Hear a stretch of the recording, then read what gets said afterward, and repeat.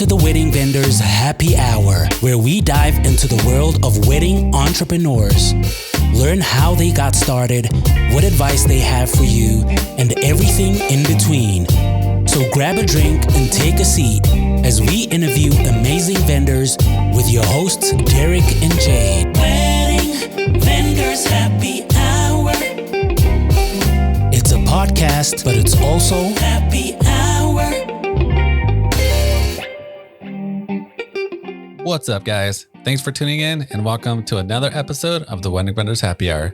My name is Derek with Derek Preciado Photography. My name is Jade with Jade Preciado Events. Today we have the pleasure of interviewing Anne with Powerhouse Legal Strategy. Anne has a soft spot for all things wedding related, and while she's swooning over the celebrations, she also puts on her legal hat. Anne is dedicated to ensuring your contracts are top-notch legally and echo your unique stories so you can book clients faster.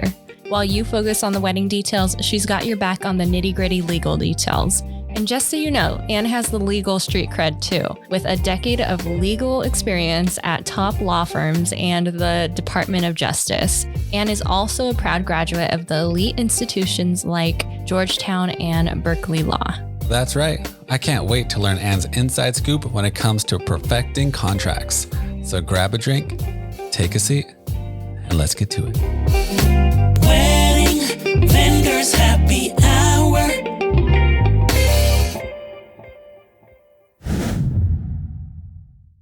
Hey, what's going on, Anne? Thank you so much for taking the time to be a part of our podcast. How are you doing? Thanks for having me. This has been, I know it's going to be so fun. I've been listening to so many of your episodes. So you guys are, I just really love how casual and conversational you are. We love it. And as you know, this is called the Wedding Vendors Happy Hour. So we got to ask, what are you drinking? Right now, I'm just drinking water because it's just midday. Yes. But my favorite drink is, I like champagne cocktails. Oh, there we go. Nice. Hey, I like that. I liked how you answered. It is midday, so we're not going to be drinking old fashions and stuff right now. But I like how you gave an answer to what you do like. Yeah, it's my new thing now. When I see like a cocktail, I like ask them to see if they can replace whatever liquor it is with champagne or like some sort of sparkling wine. Yeah. And I almost always like it better that way. I like it. I love it. I love it. I'll have to try that. Yeah, me too. All right, Anne, for our listeners, can you let everybody know what you do and how long you've been doing it?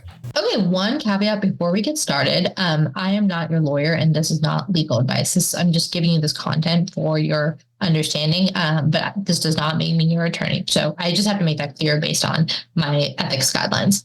I am a lawyer. I've been a lawyer for 8-ish years, something like that. I work with online entrepreneurs, wedding professionals, creators, to help them navigate all sorts of all the tricky legal issues in their business. Awesome. So I know that you specialize a lot in the wedding industry, right? Yeah. Beautiful. And can you give us an overview of basically like what the importance is of having a well-drafted contract in the wedding industry? Okay, so I have this hypothesis that the contract is the final sales document that your client is going to see before they sign, before they pay you anything. It's literally the last thing that they see. And because of that, you want the contract to be as persuasive as possible. Like you want it to be friendly and you want it to like help book the client as quickly as possible.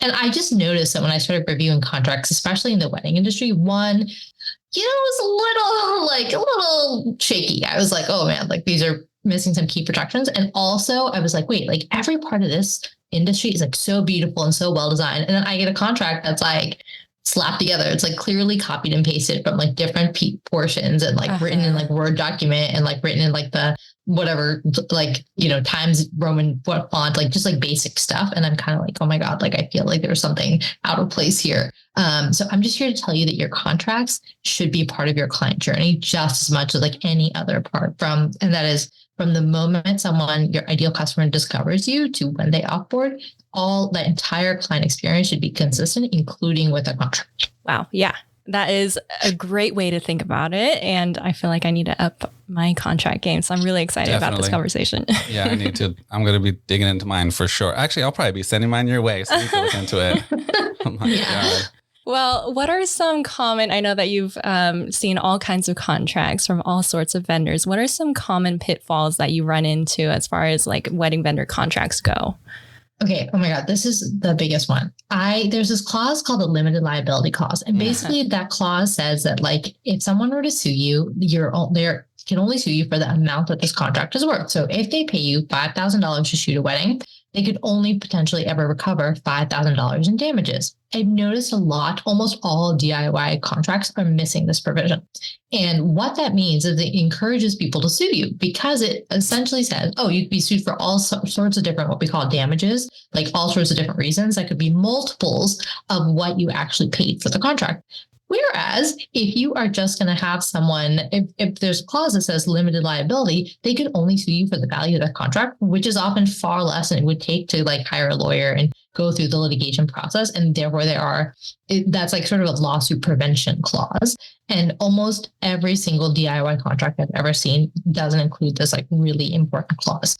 So this is just sort of an example of when I see this, I'm like, my heart starts pounding faster. I'm like, oh my God. Like, all contracts need this clause. Oh my gosh. And so just to clarify that, just because a lot of that kind of went over my head as far as like the limited liability and stuff. So you see it often says like $5,000 or a specific amount, but it should say like whatever your contract value is. No. So most contracts, most DIY contracts, and a lot of the like wedding industry contracts that I have seen are DIY. Yeah.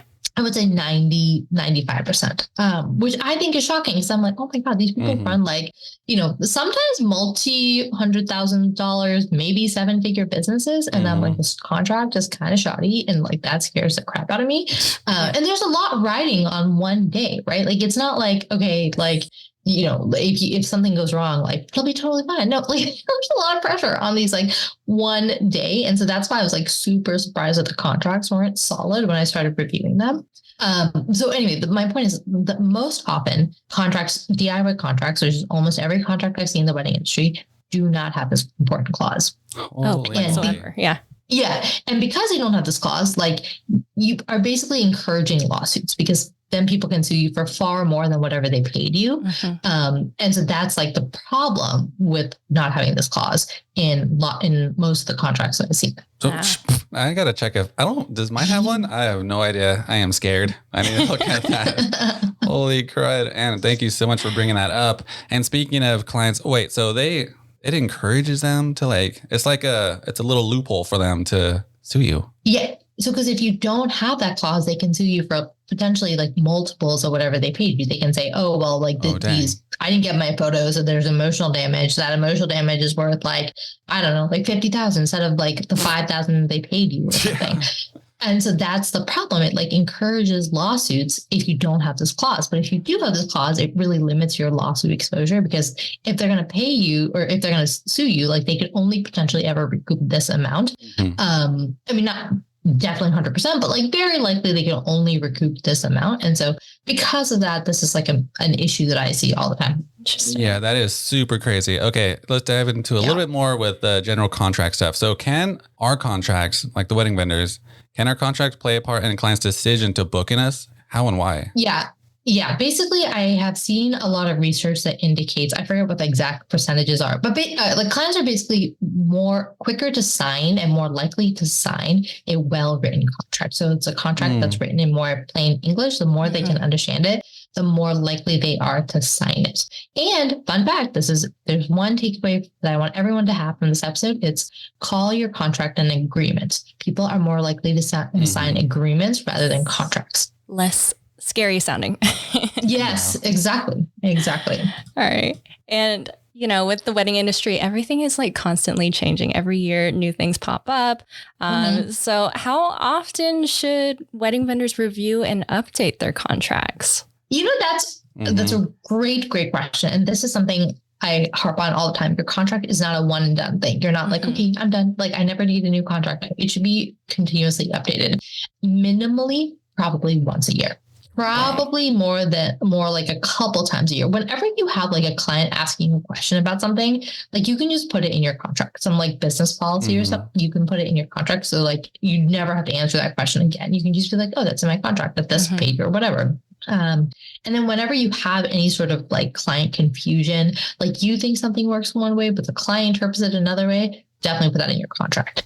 And then obviously whenever you have like some sort of disagreement, some sort of issue with a client, put that in your, like, that's usually a good time to revise your contract too. I was just talking to someone who, she thought our contract said no refunds, but then there was like a provision that had something that mentioned a refund. And so that was like an inconsistency that she didn't realize that existed in her contracts. So she had to provide a full refund or something? I think she gave him credit. Yeah, she gave him credit instead of the full refund, but like she wasn't necessarily going to do that. So essentially just like using the contract as a tool to set clear expectations with your clients. Absolutely. So one, it's to protect you. Obviously, that's what everyone knows. But two, like the way I have designed my contracts is like the first part is the obvious stuff, like what's included, price, like details, just things like that. The concrete, like this is what everyone thinks about. But the second part, like it's sort of like the first, there's a line in it that links to all of your business policies, like in a terms and conditions page, but like all of your like policies that you want clients to be aware of. And so that way it keeps the contract itself short because it's only a few pages covering the essential details. And so it doesn't overwhelm anyone when they're looking at it. But all of your business policies are one, thought out, and two, written down clearly for the client in a different section so that they can go through and peruse that at their leisure. This is crazy. As creatives, yeah, like you mentioned, we don't really, well, I'm pretty sure our community, we don't really like dig deep into the contracts. We kind of like set it when we first started and just forget it. You know? But it's so funny because everything is so detail oriented in the wedding industry. I'm like, wait, this is really important. And it is like, people are just ignoring all the details. And I'm like, maybe I can update these contracts.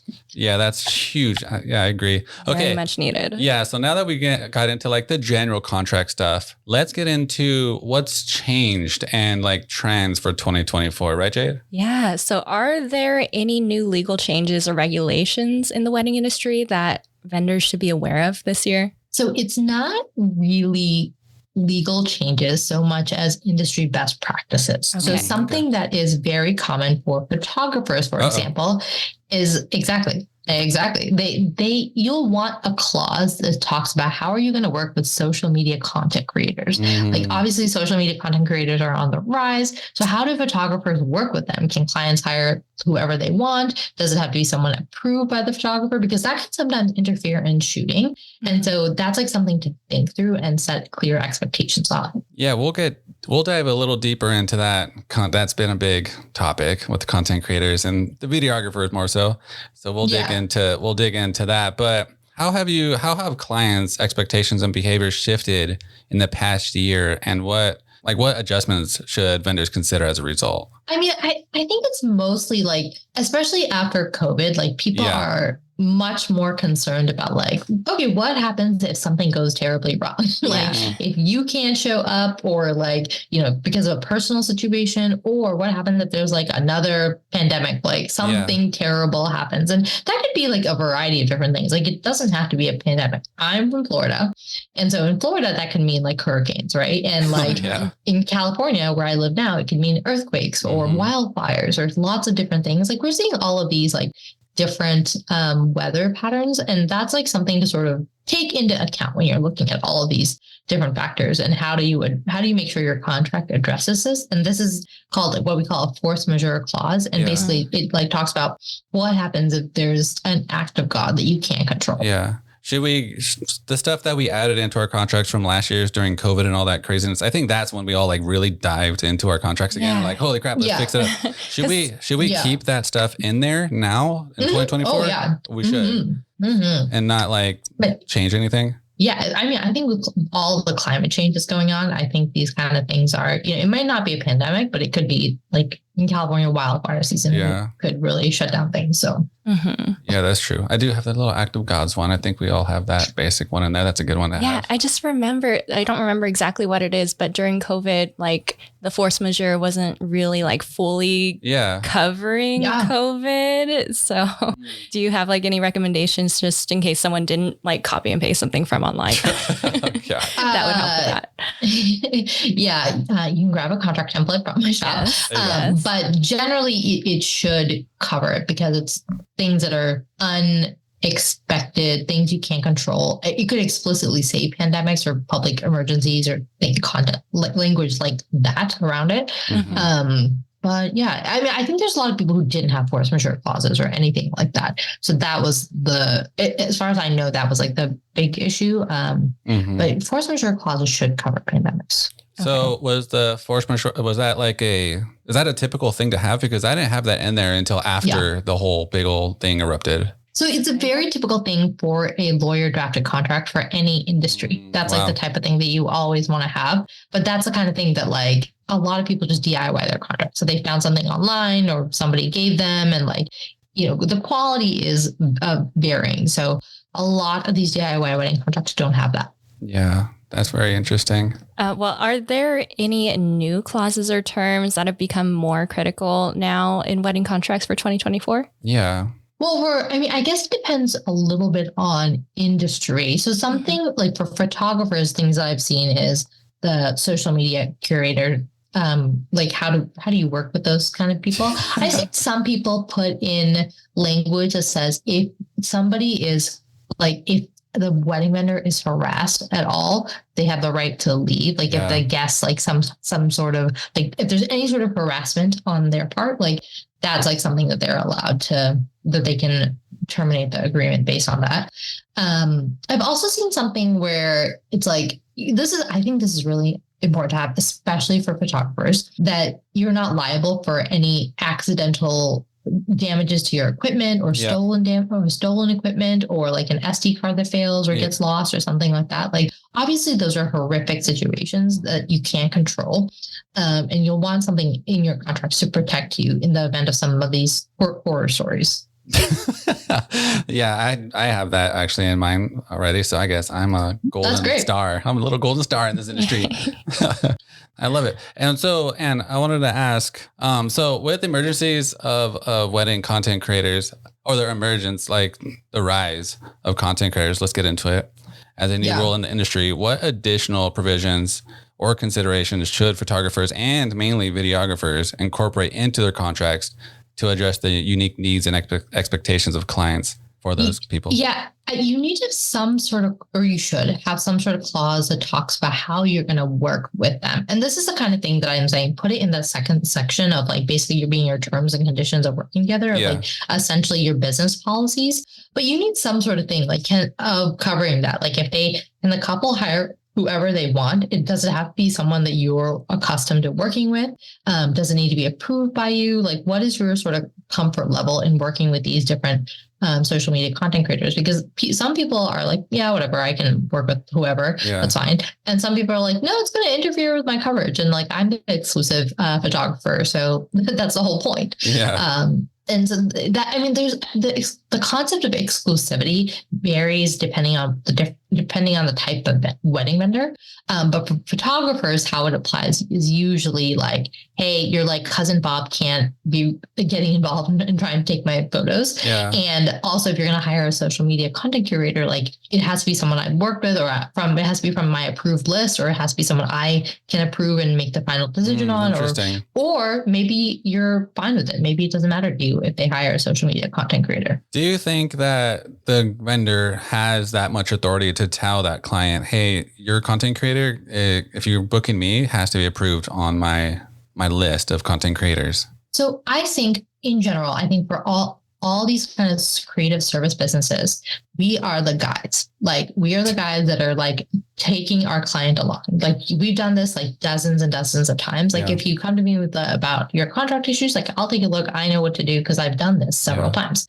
Right. But if like the client, like you don't know, like you've never reviewed a contract, like you don't know what to look for. And so I think the guidance is really helpful to be like, hey, like just explain what your policy is and the reasoning behind it. And clients are usually like, okay, like as far as I know, like during the wedding process, like clients hire vendors because the vendors are the experts and like they don't want to DIY anything or they don't want to DIY whatever they are hiring a vendor for. And so I think a lot of them are willing to work with whatever the vendor thinks is the appropriate approach.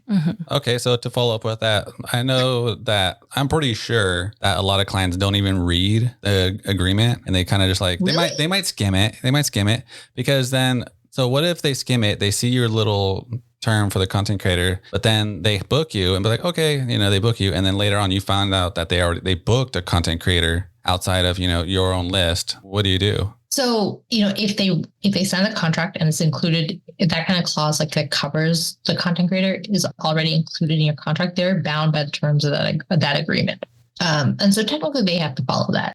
I recommend putting in some sort of like language, and I have this in the contracts that I saw in my shop, that you should there has to be a fee or something if that happens. Like if you hire a content creator without our authorization, and that is, of course, if you want to have authorization over this, then there's going to be a charge of $250 because now we have to coordinate with this person to make sure the coverage they're not interfering with our coverage. So something like that. Holy moly. And I know when everyone hears this, man, I'm going to make this a reel right here. Everyone's going to flip, and it's going to like, everyone's going to have this in their contract. Everyone's going to get your contract, Ann. This is insane. Yeah. I just did a bunch of research and just developed like this photographer contract, which I think is pretty good, although I would love feedback on it. So you can grab that in my shop. But yeah, nice. I hope this is the kind of thing that like my thesis about what I do is I do a lot of industry research, like what does a photographer need? What does a planner need? What does a florist need in their contracts? And like, what are some of these? Like, I literally like look through podcasts and look at like wedding horror stories for each of these different vendors and try to incorporate clauses that prevent these wedding horror stories. Oh, wow. And I stop once I've hit I'm like, okay, I'm not hearing any more like horror stories, any new horror stories. And so I'm like, all right, now I feel like solid that this contract is at least going to cover 90% of the things you're going to face. And so it doesn't have to be just like the stuff that you personally have faced, but like I try to do research about like, what if your industry peers also face so that you're covered and you're learning from like the experiences of lots of people. Yeah, this is insane. I wanted to add up another thing with the content creator and like the videographer, photographer. So how would that imply? Because I do have one in my agreement where I'm basically saying like, you're the sole photographer. There cannot be any other, but how does that work if a family member comes in with a DSLR camera, not their cell phone? So how does that work? Yeah. So that's the kind of thing that you should, that's also covered in sort of this, what we call the exclusivity clause.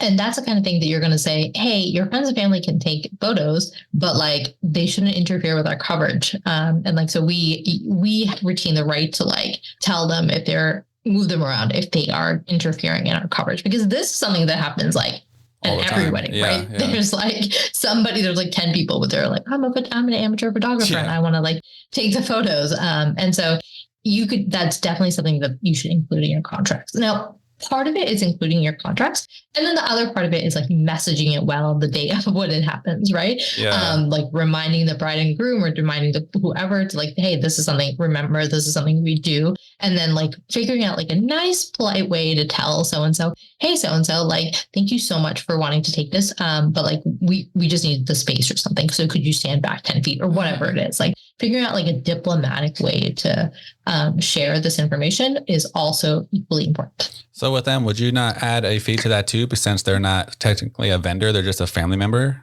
I mean, you could add a fee. It's a little bit, I think it's a little bit tougher because the couple doesn't have necessarily control over what their relatives are doing on the day of. And I think, like I said, I want your contracts to be part of an excellent client experience. And it's kind of like, I can't imagine like going to a couple and being like, hey, so-and-so like interfered in your coverage, and now that's going to be an additional $250. Like it's one thing to talk about like beforehand with specific vendors. I think it's another thing to get family members involved. Right. Yeah, I like that. Yeah, you don't want them to look at your contract and it's like, oh yeah, we're great. And there's fee. We're going to get everything's a fee. If you right. Yeah. That's crazy. Yeah, exactly. All right, let's get into more things, Jade. Yeah. So another thing that I've noticed is kind of increasingly popular lately is destination weddings. So are there any like specific clauses or considerations that vendors should incorporate into their contracts to address like the challenges surrounding that? Yeah.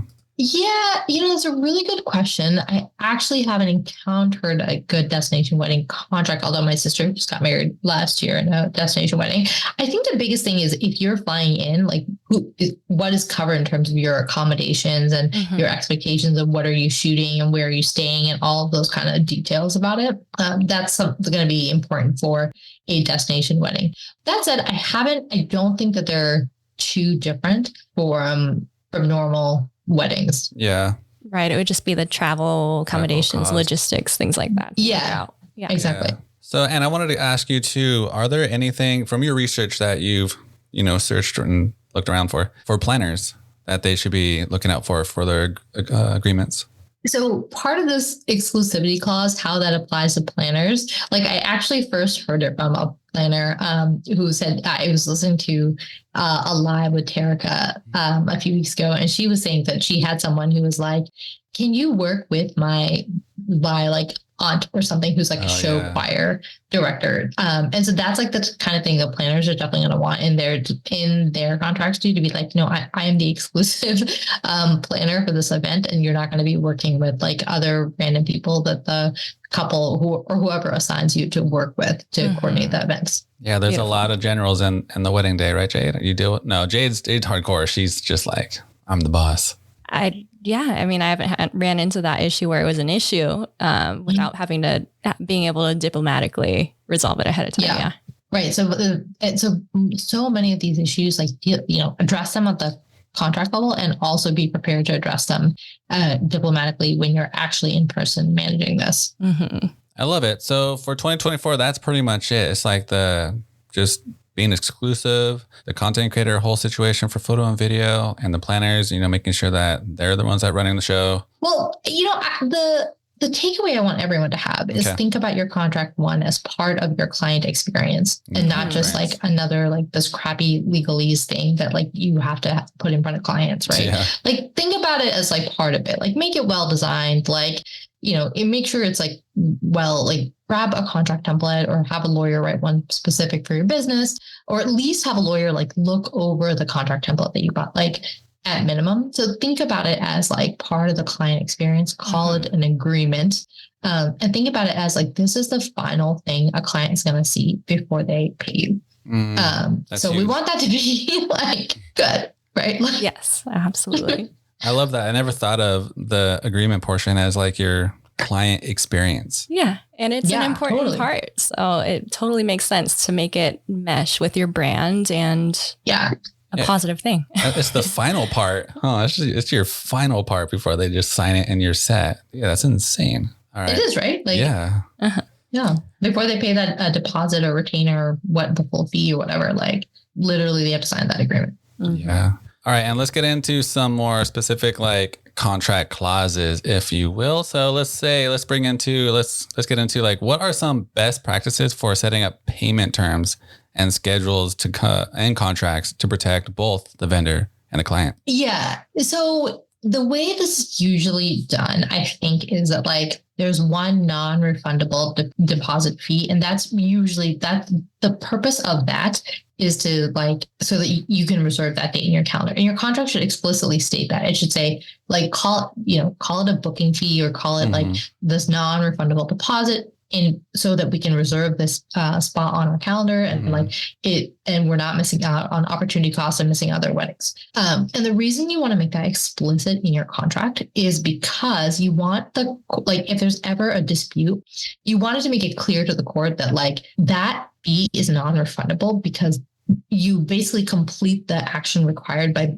reserving that date on your calendar. Like you don't have to do anything else to earn that first fee, whatever that is. And so this is important because sometimes courts are going to be like, well, dude, why, if you charge the full amount, like, did you really earn the full amount, right? Like before you completed any services? Like, okay, that's going to be hard to defend in court. Yeah. But if you're like, hey, this is the booking fee or this is a reservation fee or something like that, then that's like very clear. Okay, you did earn that fee just by reserving that date in your calendar. And so that it really defends you from having to ever give that non-refundable deposit fee back. Nice. So that's the first part of it. What's the second part? And the second part is like, you can collect the next the way I've seen it is that you should have one payment after that.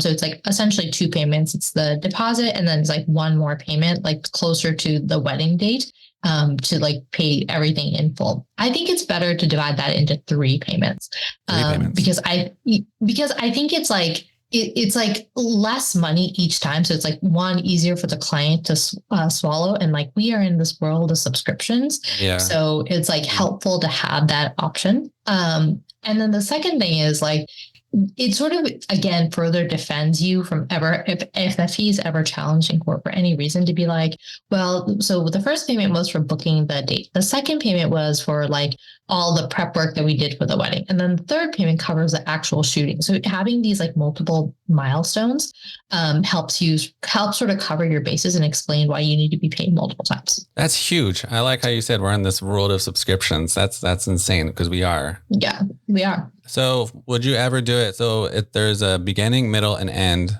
for these three payments. So it's like the booking, the halfway mark, and then a little bit before the day you start to actually work. Can you actually do it? Can you do it, the booking a little before the day you work and before they receive photos or the video? Yeah, I mean, you could definitely do that.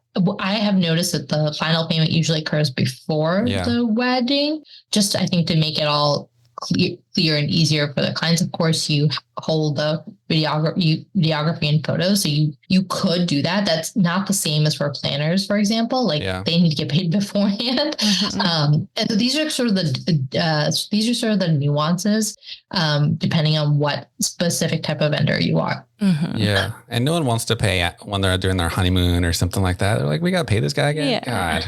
Yeah, exactly. Get it all done beforehand. And again, that's part of like creating this great client experience. For sure. I love it. All about the client experience. I had a random question. Does it matter? I heard you calling it like a booking fee and deposit. Like, does it matter if you call it deposit or retainer fee? Yeah. What a good question. You're so smart.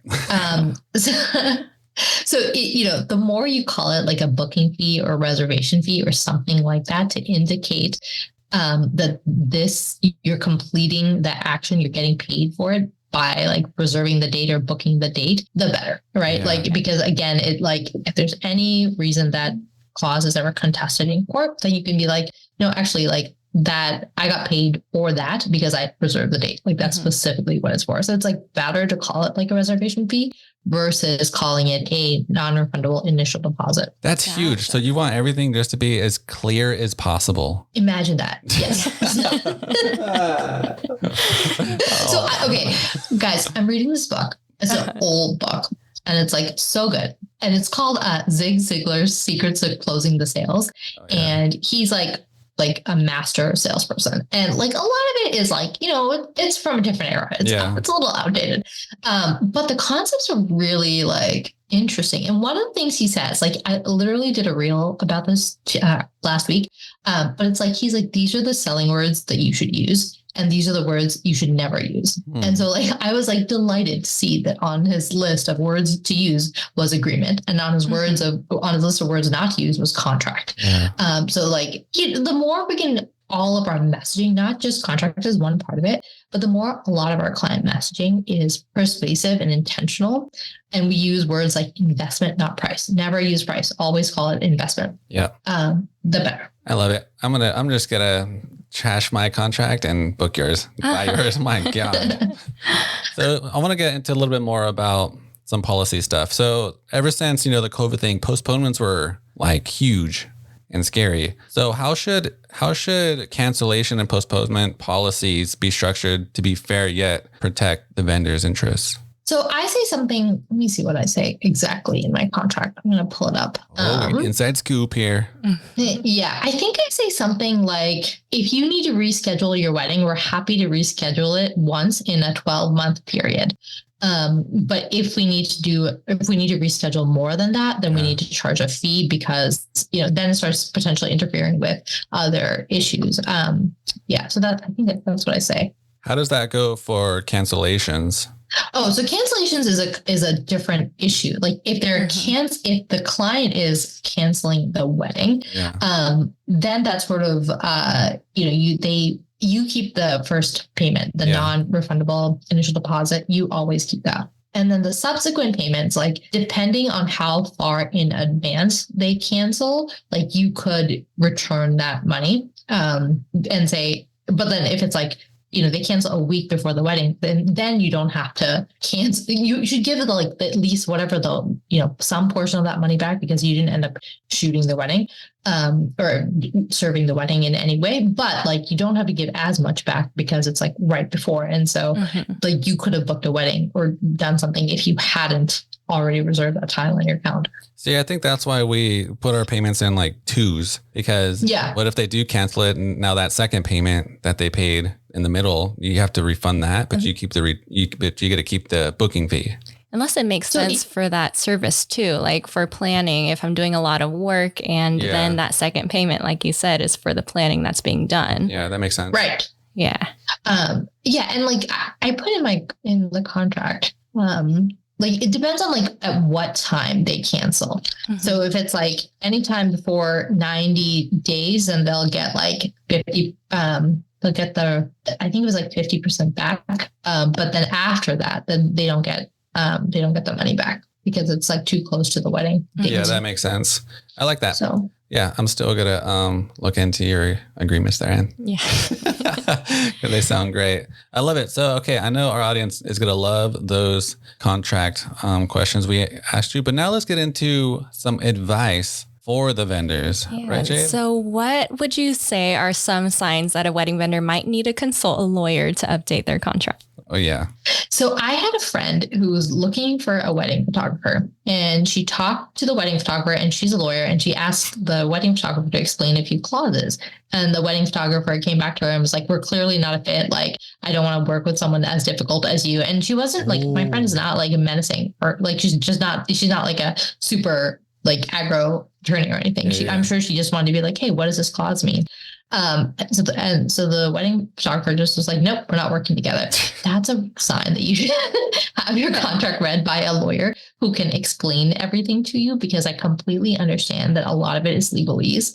But you don't want to lose clients because you can't explain terms in your contract. That's crazy. So I'm pretty sure your friend knew what it meant, but they wanted to see if that photographer could explain it. My friend didn't necessarily know what it meant, so right? Like, because, she didn't tell me like exactly what it was, but like, contracts are specific, and she wasn't like a contract attorney or anything. And so she didn't know exactly what some provision meant. And so she was asking for clarity. And then the photographer was like, yeah, no, we're not going to work together. So that is crazy. That's actually good advice. Make sure you know how to explain something in your contract if someone asks people. Yeah, absolutely. Yeah, my goodness. All right. And so are there any cost-effective ways for small wedding businesses to ensure their contracts are legally sound? Mm-hmm. The cheapest way is to grab a contract template. I sell them in my store, the Business Reserve. There are also other contract template shops out there.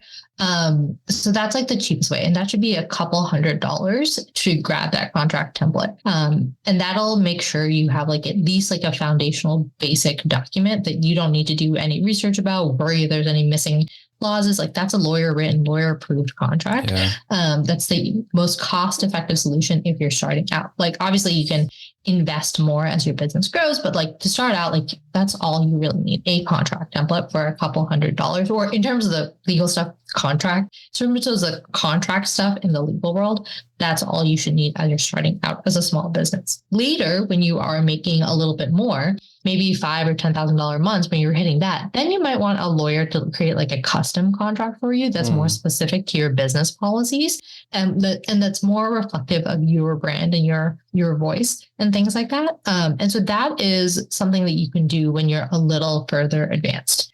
And then when you're making, like, when you have more of a budget for this, you should probably be meeting with your lawyers, like, every quarter, twice a year, something like that, to update your contracts. If you encounter any kind of client issues that you want to be like, hey, my contract doesn't cover this, and I want to make sure we address it. I think that's when you're making Jeff Bezos money. You start doing quarterly, updates. Absolutely not. My goodness. I'm curious, without having to like gone through like all of the template options and stuff, do you have, like, with so many vendor categories out there, do you have something for like each of the wedding vendors, like template wise? I'm just sort of starting my line of contract templates. So I have just a few on it, but by the time this podcast episode releases, I will have plenty more for like all these for different types of vendors. Yay. Perfect. Yeah. I think you guys are my first, like lots of diverse vendors in terms of your audience versus like other podcasts that I have been on are more specific. Mm-hmm. Oh yeah. We got the whole vendor community that listens to us, man. We love it. We love our community. And as far as like when you do like work directly with a vendor, like to update their contracts or even do it start to finish, like do you typically do their entire agreement or do you like prefer to make existing ones like more readable and like basically edit their existing one? It depends on what they prefer. Yeah. And so if they prefer that I work with what they have, then I'm happy to do that. If they're like, I don't really care, like this is piecemeal together, like do your thing and create like a fresh thing, then I'm happy to do that. Like some people are more attached to their contracts than others. Some people feel like this is what they're familiar with. And so they want to work with it. But other people are like, it doesn't really matter to me. And so it really varies. It's kind of like a remodel. I was talking to someone and she was like, wow, you like make over contracts. Like they look completely different. Like you like glam them up. And I was like, yeah. So it doesn't like, even if it starts out based on something, like it'll look completely different by the time we're done with it in a good way. It's like a glow up. Yeah, nice. That's awesome. I love the glow up. I want a glow up contract because my contract is a glow down. My God. So, and what are some resources or tools? Let's get a little bit more into the nitty gritty. What's some resources or tools you recommend for vendors to stay up to date on legal changes and their contracts or best practices?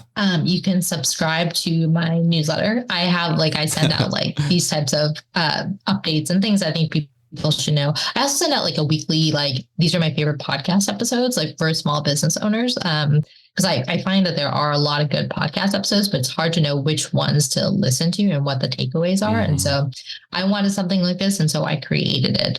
So jump on my email list and you can do that because I have like a contract guide for wedding pros, which includes like 3 tips that I think wedding pros should know about to incorporate to improve their contracts. And I think the show notes will include those links. You can also go to like powerhouse-legal.com/legal-resources to access this wedding pro contract guide. And I'm pretty sure everyone's going to jump on that template. 3 tips for sure. Can you share any like real world examples where having a solid contract made a significant difference for a wedding vendor? Oh, here we go. We need some real world. You know, the thing is, it's really like post haste. It's like, I find that people come to me like after they had a negative client experience and they were like, oh, I thought my contract covered this or was clear about it, but it wasn't. And so that's why I'm coming to you. So that's like I wish I could say that it's like, I already had a great contract. And so that resolved this client issue. Like I never hear about those kind of things. Like what I hear about are, oh my God, I had this terrible client issue and I want to make sure my contract prevents that in the future. Like this SD card failure, like, oh my God, like somebody lost their SD card. Yeah, that's huge. Okay. Yeah. I want to get a little bit more into some things for the vendors here. How can vendors ensure they are continually improving their contracts and legal knowledge to adapt to the changing market? It's consult an attorney. Like, you can Google around and do all the research, but it's a lot to stay on top of in terms of also running your business and doing all the things you need to get done for client service.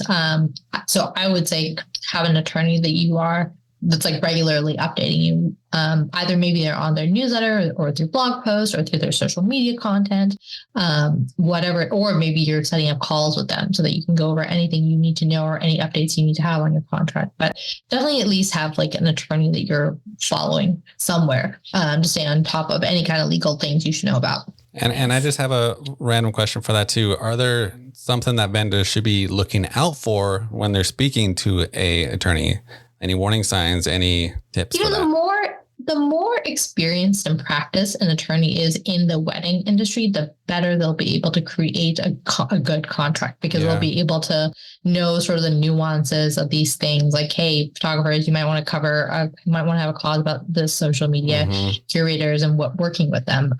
So those are the kind of the thing about working with an attorney. One, make sure that you like working with them. Like I find that always makes it easier when someone likes to call you or thinks of you as a trusted business advisor.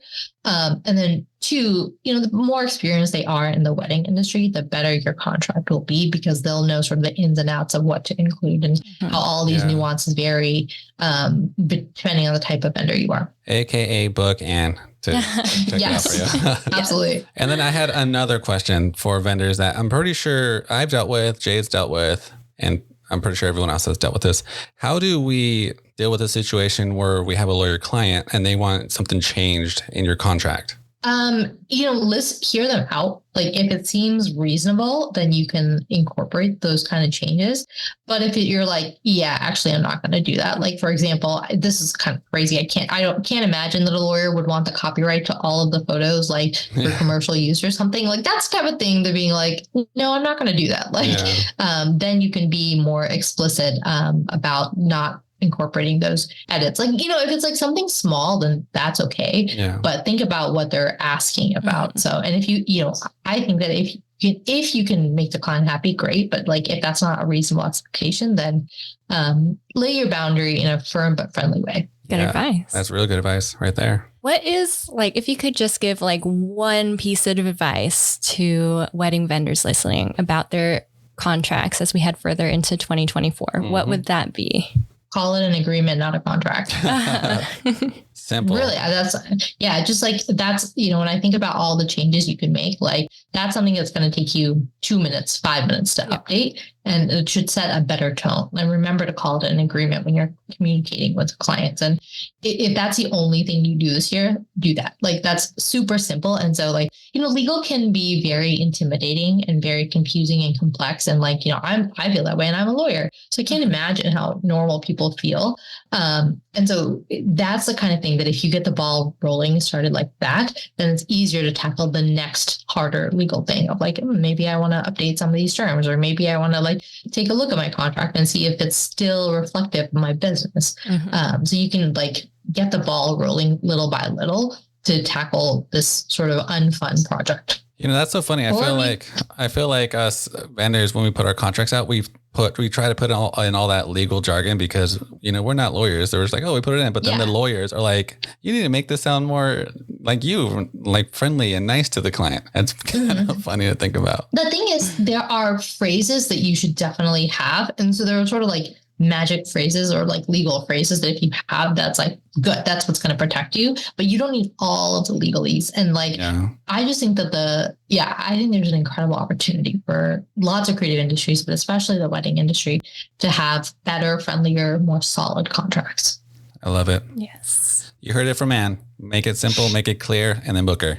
All right. Yeah. All right, Anne. So we want to get into a fun little game called This or That. So this is just random stuff. You just spit what answer you hear. Rapid fire. Okay. All right, go for it. Coffee or tea? Coffee. Early bird or night owl? Definitely early bird. Ooh. Android or iPhone? Both. I have both. Oh, dang. Oh. She got a burner, people. I have one for my work phone as my iPhone, and then I have a personal as Android. I like having both. Oh, smart. All right. Fly or breathe underwater? Fly. Yeah. Simple language or legal jargon? Obviously, simple language. Netflix or HBO? Netflix. Email or phone call? Tough one. Different contexts. I probably phone call. All right. Crunchy peanut butter or smooth? Crunchy. Crunchy. Large or intimate wedding? I had a large wedding, so I'm going to go large, but intimate weddings are amazing. Book smart or street smart? Both. All right. Travel 50 years in the past or 50 years in the future? 50 years in the future, man. I don't know what this world's going to look like. Yeah, that'd be crazy. Comedy or drama? Comedy. Forget everything you know or forget everyone you know? Forget everything I know. Whoa. Cats or dogs? It's really tough, but I'm going to go with dogs. All right. DIY contracts or hiring a lawyer? Hire a lawyer or grab a contract template. There you go. Please don't DIY. And the last one, go to prison or spend the rest of your life on the run from the police. spend the rest of your life on the run from the police. Yeah. On the run. All right. So fun. We love doing those things. Yeah. That was rad.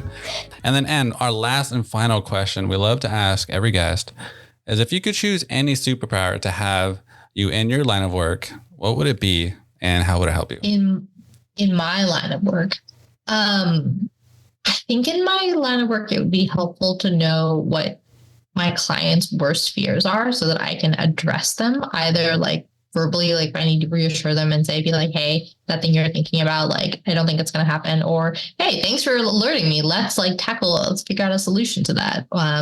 So that's that's probably the superpower I would want. So would it be like a mind reading power or would it just be like a sense? You have a sense of what they... Just their deepest fears.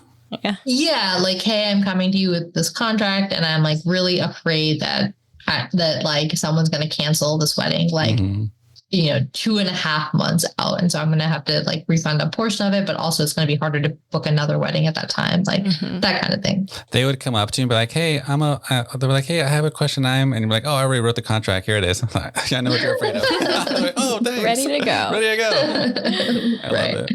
All right, Anne, can you let the listeners know where they can find you? Yes, please follow me on Instagram at Powerhouse Legal. And then you can please sign up for the Wedding Pro contract guide with 3 tips for wedding pros at powerhouse-legal.com/legal-resources. So it's all clear when you get to my website where to get the free resources. So, or I hope it's all clear. So let me know if it's not. And we will put all of that in the description below. Definitely. All right, Anne, thank you so much. Thank you. Thank you. This episode has been incredibly insightful. Thanks to Anne's expertise, we've learned so many helpful tips for vendors. Right? Anne's approach is truly commendable. She not only prioritizes clear and understandable language, but also has an exceptional grasp of the multifaceted nuances within different wedding vendor categories. Her expertise ensures that our contracts serve as more than just legal documents. They become tools to enhance the client experience while safeguarding the interests of both vendors and clients. I don't know about you, but I can't wait for Anne to work her magic on my contract. No kidding. And I'll be definitely coming your way to fix my contract. And to our listeners, thank you for tuning in to another episode of the Wedding Vendors Happy Hour. If you haven't already, hit that subscribe button to hear from some more amazing wedding professionals, whether you're tuning into our podcast or watching on YouTube. We appreciate your support. So stay inspired and keep those wedding dreams alive. We'll catch you on season 2, episode 12. Thank you for listening to the